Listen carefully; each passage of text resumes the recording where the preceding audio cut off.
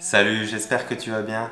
On commence 2021 par une nouvelle série de vidéos sur le matériel. Au tennis de table, le choix de la raquette c'est super important parce que c'est en partie elle qui va valoriser tes points forts et compenser tes points faibles. Mais attention, c'est pas ta raquette qui va te faire devenir champion de France, mais il faut qu'elle ait un impact positif sur ton jeu. Le choix du matériel est super compliqué parce que ça dépend de tes sensations, ton style de jeu et plein d'autres paramètres. En plus, il existe énormément de bois et de revêtements, des milliers. On peut vite s'y perdre. Tu l'as vu dans le titre de la vidéo, aujourd'hui on va surtout parler du bois. Je vais essayer de t'aider à comprendre quelles sont les caractéristiques du bois, quels sont les critères à prendre en compte pour choisir son bois, comment choisir son bois. Allez, c'est parti!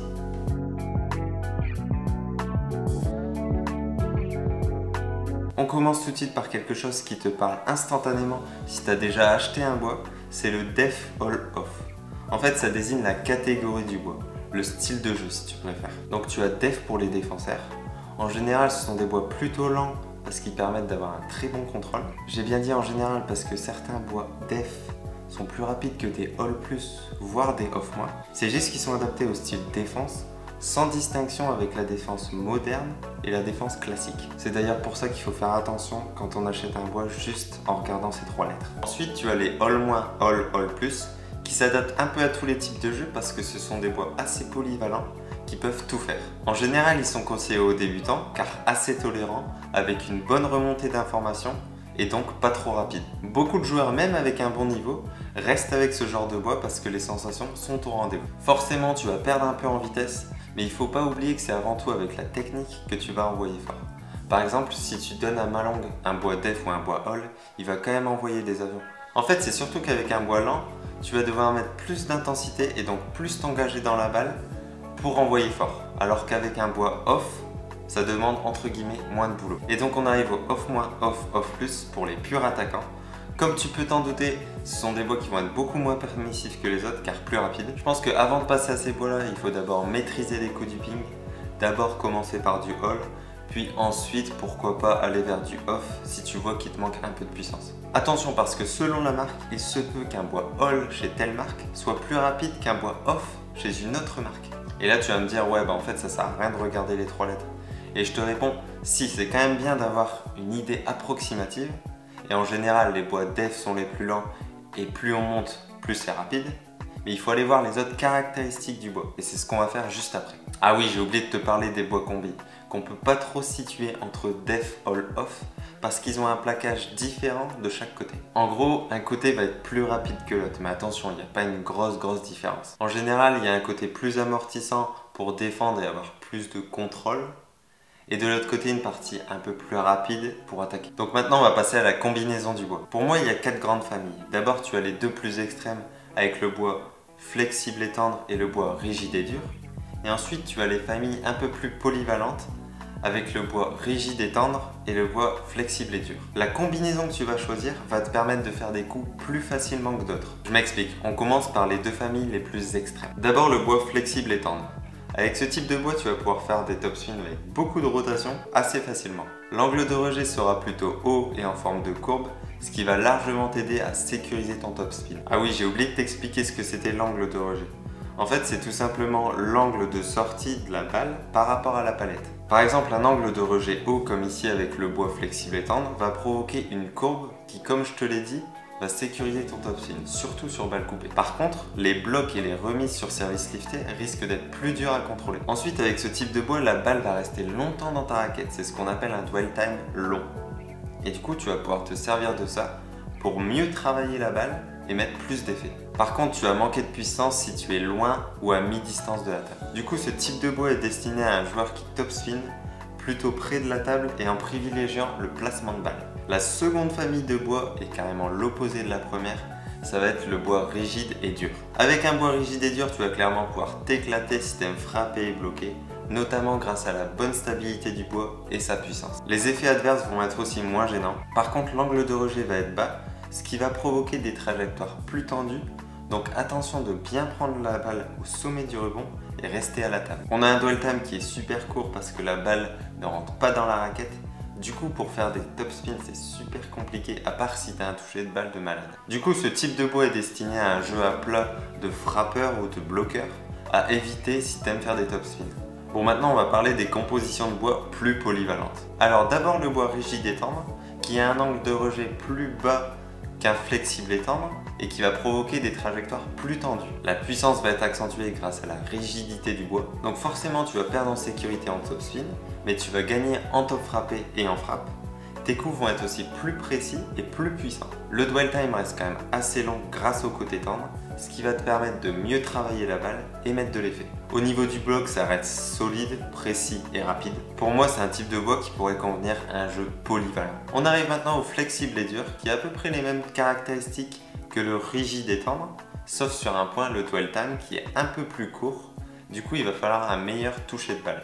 Pareil, je conseillerais ce type de jeu à un joueur plutôt polyvalent, mais avec un bon niveau de jeu quand même, notamment à cause de ce dwell time court. Bon voilà, on a fait le tour des 4 grandes familles de bois. À toi de voir laquelle va correspondre le plus à ton jeu. Bien sûr, les revêtements que tu vas mettre dessus vont compenser certains aspects du bois. Et justement, j'ai prévu une vidéo qui va t'aiguiller sur le choix des revêtements. Avant de continuer, je t'invite à t'abonner et à aimer la vidéo si tu l'apprécies. Et n'hésite pas à me dire ce que tu en penses dans les commentaires.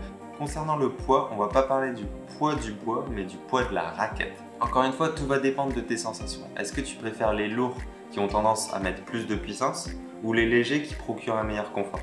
À titre d'indication, pour moi, une raquette va être considérée comme lourde à partir de 180 grammes, colle comprise.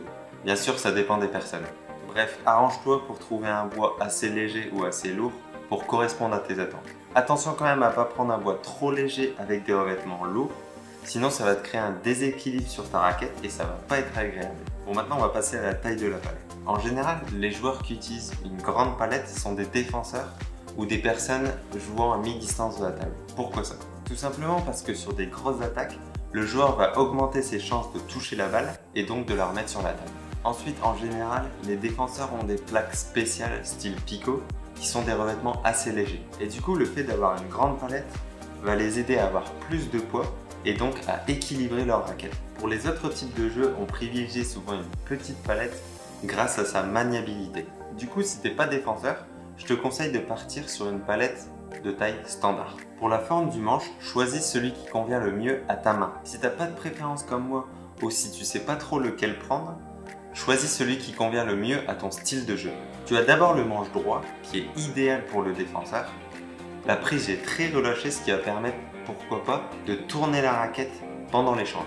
Le manche permet aussi une très bonne flexibilité du poignet et c'est sans doute pour ça que les pros l'utilisent en majorité. Ensuite, tu as le manche concave qui est le plus populaire des manches et qui va permettre une très bonne prise en main. Perso, j'avais beaucoup de manches droits et je suis repassé à un manche concave pour avoir une meilleure tenue de raquette. En fait, avec un droit, j'avais 2 prises de raquette différentes en revers et en coup droit et du coup, je perdais beaucoup de temps lors des transitions. Avec le concave, j'arrive mieux à garder la même prise de raquette. Évidemment, chacun son ressenti. Après, tu as le manche anatomique qui va vraiment épouser la forme de ta main. Évidemment, tu auras une très bonne tenue de raquette. C'est aussi un manche réputé pour les grandes mains. Donc si tu as une grande main et que tu trouves pas le bois qu'il te faut, bah pourquoi pas essayer un anatomique. Et enfin, le porte-plume pour les prises porte-plume. On arrive maintenant aux essences de bois et aux plis. D'abord, qu'est-ce que c'est un pli? En fait, c'est toutes les couches que compose le bois. Tu as les couches externes, les couches intermédiaires et le pli central. Par exemple, le bois Patrick Sheila, c'est un bois 5 plis. Il est composé d'abachi en pli externe, d'Ayus, je ne sais pas si ça se prononce comme ça, en pli intermédiaire et de balsa en pli externe. Tu peux aussi avoir un bois composé de 5 plis avec les mêmes essences de bois. Par exemple, le IVS avec 5 plis Ayus. En fonction des essences utilisées, ton bois va être plus ou moins rapide, plus ou moins flexible, plus ou moins dur, etc., etc. Si tu veux aller checker la composition de ton bois, tu peux aller sur ce lien. En plus, dans cette base de données, tu as toutes les propriétés des essences de bois. Ensuite, il y a une question qui revient souvent, c'est plutôt 5 plis ou 7 plis? Parce que sur le site de ton vendeur, il propose toujours 5 ou 7 plis. La différence entre les deux, c'est qu'un 7 plis sera en général plus rigide, donc du coup plus stable en bloc et en frappe, alors qu'un 5 plis sera plus flexible, donc plus approprié au top spin. On arrive maintenant au sweet spot. Bon, désolé pour mon anglais. Mais qu'est-ce que c'est? En fait, le sweet spot, c'est la surface du bois sur laquelle la balle va repartir avec le plus d'intensité. Ce qu'il va falloir savoir, c'est la localisation du sweet spot. En général, il est au milieu de la palette, mais il peut être aussi proche du bord supérieur du bois si le poids de la raquette est en tête, ou encore proche du manche s'il est équilibré. C'est aussi important de savoir la taille du sweet spot. En général, plus ton bois plie, plus le sweet spot est grand. Il doit y avoir d'autres variables mais je les connais pas tous. En tout cas, retiens qu'un sweet spot grand sera plus sécurisant car tu vas pouvoir taper la balle à différents endroits de la raquette sans perdre de puissance ni de contrôle, alors qu'un sweet spot petit sera plus difficile à apprivoiser.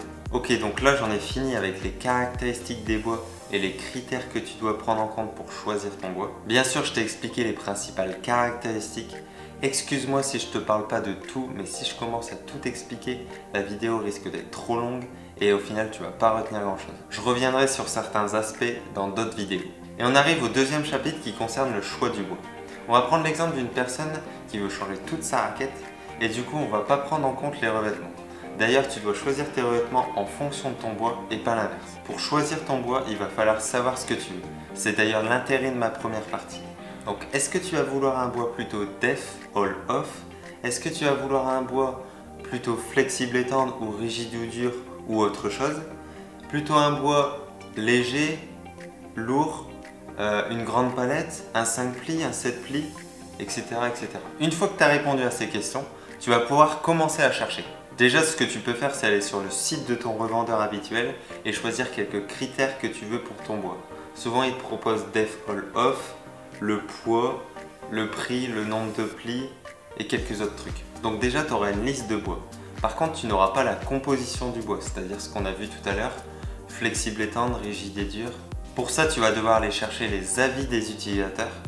Pour ça, je te conseille le forum tennisdetable.com, il y a une mine d'informations incroyable. Pour les plus acharnés, tu peux aussi aller voir la composition du bois, quelles essences sont utilisées. Tu te souviens, c'est le site que je t'ai montré tout à l'heure, je te mettrai un lien dans la description. Bon voilà, j'ai essayé de te donner quelques pistes, il n'y a pas de solution miracle, il va falloir que tu testes et que tu vois si ça correspond à tes attentes. Comme je te l'ai dit au début, trouver le matériel pour soi c'est super compliqué, il y a plein de paramètres qui rentrent en jeu. En tout cas, j'espère que cette vidéo t'aura aidé à comprendre ce qu'il te fallait comme bois.